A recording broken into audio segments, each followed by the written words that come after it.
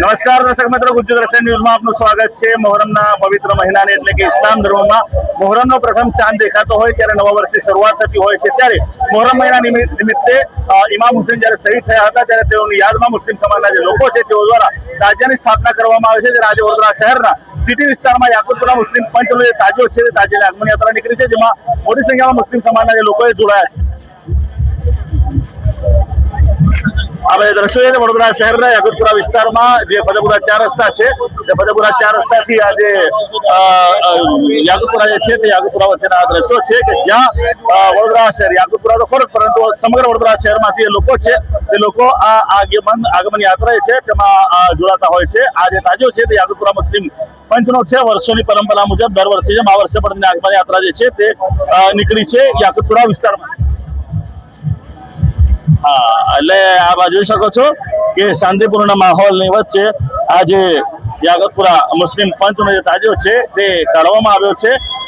આ વિસ્તારને આમ તો સંવેદનશીલ વિસ્તાર કહેવામાં આવે છે, પરંતુ તેમ છતાં પણ શાંતિપૂર્ણ માહોલની વચ્ચે આજે તાજિયો જે છે તાજિયો અહીંયા કાઢવામાં આવેલ છે।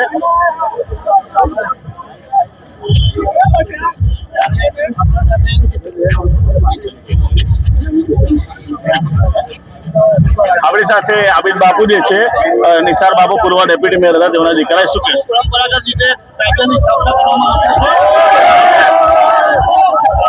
આજે આગમन यात्रा निकली है, याकूतपुरे का ताजिया परसों से यही टाइम पे चौथे चांद बैठता है। गायकवाड़ी ताजिया है चौथे का, और मदार मोहल्ले से कायम 4 चौथे चांद निकलता है और सीधा याकूतपुरे चौरे में अडानी पुल होके। शासन से हाँ, हम देखते हैं, हम तो बचपन है, हमारे माँ बाप और हमारे बाप दादा कहते थे कि 200-500 बरस हो गए ताजिए को। क्या कहोगे इस पे पब्लिक ने ज्यादा तादाद को जोड़ा दिए? મોહબ્બતમાં આજે તાજિયાની જે આગમન યાત્રા નીકળી હોય ત્યારે આપણી સાથે એડવોકેટ જુનેદ સૈયદ છે। જુનેદ સૈયદ છે, તેઓ સાથે આપણે વાત કરીશું, તેઓનું શું કહેવું છે? તમામ માહિતી આપી છે આપણા સાથે જુનેદ સૈયદ પાસે તેનાથી પણ આપણે વાત કરી છે કે શું છે પરંપરાગત રીતે તાજિયાની સ્થાપના કરવામાં આવી? છેલ્લા ઘણા વર્ષોથી નહીં તો સદીઓથી કહીશ કે યાકુતપુરા મુસ્લિમ પંચનો તાજિયો યાકુતપુરાને નહીં પરંતુ આખા વડોદરાની શાન છે।